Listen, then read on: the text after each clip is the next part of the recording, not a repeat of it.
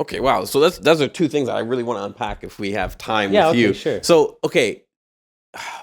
So the American Express one, let's do that because I feel like the wife one is deeper, and I have a lot of questions on that. So the American Express one, wh- why did you quit? Why didn't you stick through it? Because I feel like you, as I know you, as I know your dad, not that we're super close, but I've again been cutting hair and I've sat and talked to him.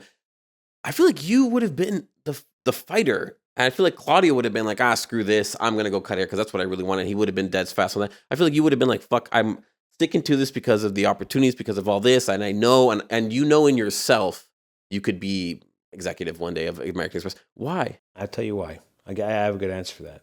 I had a job at Air Transat at that time, same time. So when I went to go American Express, I took a leave of absence. And I went to my boss at Air Transat. I said, I need a leave of absence 3 months. He was cool. He's like, yeah, go ahead.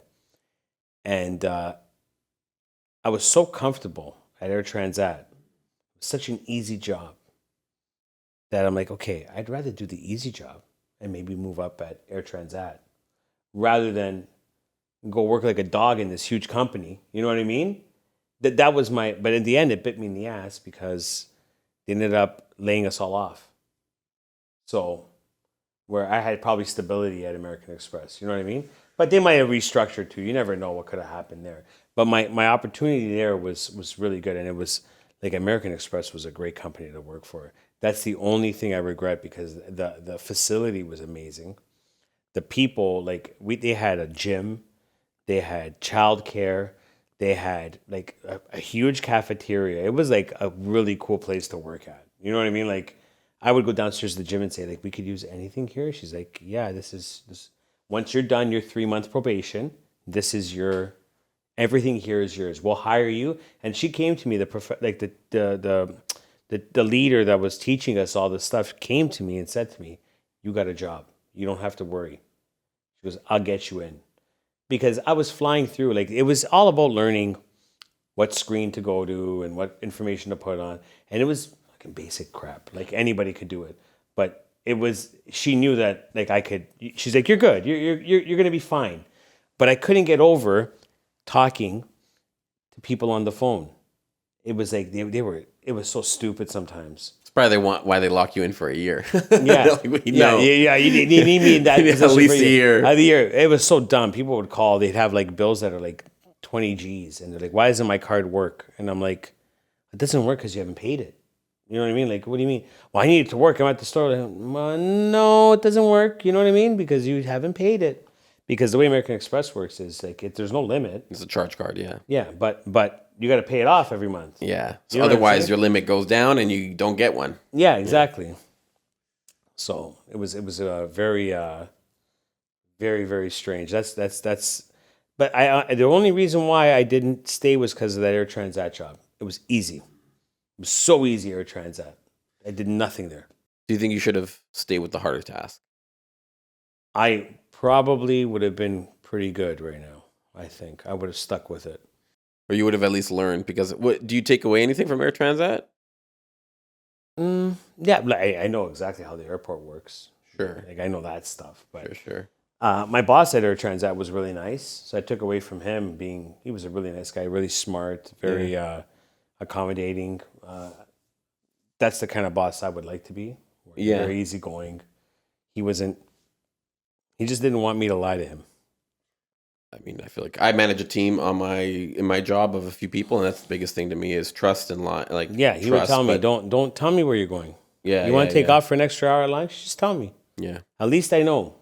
yeah. He said I could cover your ass if I know. I can't cover your ass if I don't know. And that's why when and this is he was paying me still when I went to American Express. I put in my leave of absence. He didn't say nothing to anybody because he knew. So because I didn't lie, he could cover for me. He could say whatever he wanted to say and hook me up. And so they were still paying me on my leave of absence. He gave me a paid leave because I was honest with them. You know what I mean? And I took away that, like, when you're honest with people, it goes a long way. And it's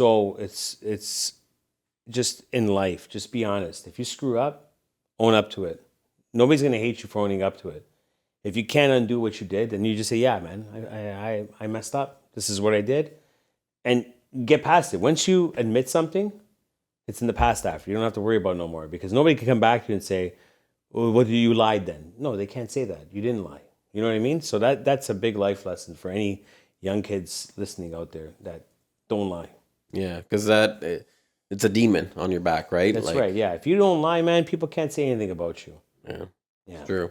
It's funny you say that about it was comfortable because I'm a big fan of David Goggins, and a lot of people think he's crazy. Have you heard of David Goggins, the runner? There's this runner who was like 300 pounds, and he lost a lot of weight. He has like the world record for the most pull-ups, and he runs these ultra marathons in Death Valley, California, at like 100 degrees Fahrenheit, and it's And he was 300 pounds? he was 300 pounds. He's not 300 pounds. Not anymore. Yeah, and he runs 100 milers. He's like 50 miles, ultra marathoner, right?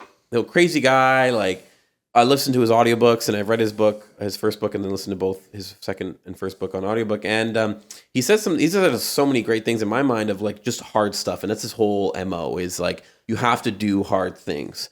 And there's something about something that was said about the cookie jar. He has this cookie jar analogy where I wake up and run every day, whether I want to or not, whether it's snowing or rainstorm or hot or whatever. I just run 100 miles every day, or not 100 miles, but I run a lot. And he goes, when I get a phone call at 3 a.m. That my mom has passed away, his mom hasn't passed away, but when that happens, or when someone says we're financially underwater, whatever, I go to my mind and say, well, I've been through worse. I've been through shit before. I've been through a 100-mile marathon and I've shit my pants while running. And I've been where I've broken my feet. He's broken his knees or his ankle, and he's been through the Navy SEALs training like twice.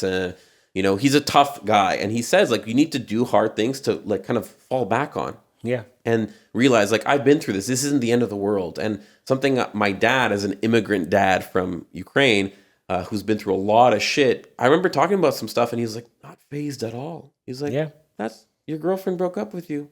Tough. That sucks. Cry for the first 2 days, maybe a week. But after that, it's done. Move forward. There's nothing you can do. And you're probably going to go through a lot worse shit. So it's funny you say that you took the easy route, because I feel like a lot of people would say, let's take the easy route because you need to, let's say, or it's better, or it's less stress for you. But sometimes that stress, like working out, is kind of what you need. I was young, foolish. I chalk it up to being young. Sure. You know what I mean? I wasn't thinking with my head. I was thinking, I gotta drive all the way here every day. Like things that were going through my head weren't the right things.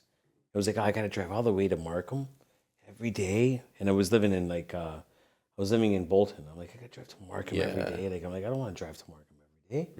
Yeah. And in hindsight, I should have drove to Markham every day.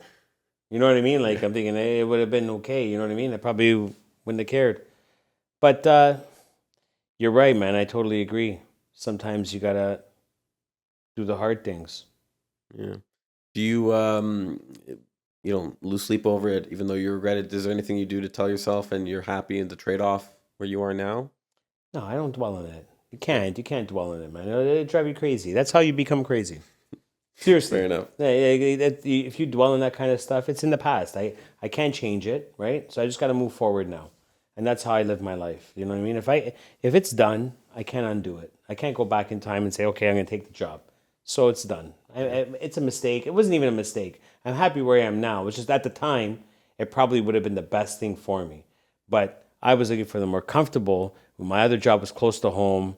It was a pretty good company. It was on the rise, and it was an easy job. Like it was a no-brainer job. Like it was just go in, build flights, go home. You know what I mean? So out of an 8-hour shift, I was lucky if I worked 4 hours and I was getting paid for 8 hours. At American Express, dude, I was there for 10 hours a day, but I had to be on the phone for 10 hours, like answering calls all flipping day. I'm like, do I really want to do this all day? True. But when I look back now, a year back then seemed like so long. Then I look back now in a year, it's not that long. You know what I mean? That's so crazy to me. So as I get older, I realize that. Yeah, I think like, so long, shit, this is going to be forever. And then looking back, college was gone 4 years. Yeah. I kind of miss it still of like, I remember those days. That's what I tell my kids all the time is they don't want to go to school. I go, you don't believe me. I go, but when you get older, you're going to wish you were in school. Yeah. I always tell them, if somebody would pay me to stay in school, I'd stay in school for the rest of my life. Yeah. You know what I mean? Because Yeah. it's just to learn is the best thing. Yeah. One more thing, last thing I want to kind of wrap up on.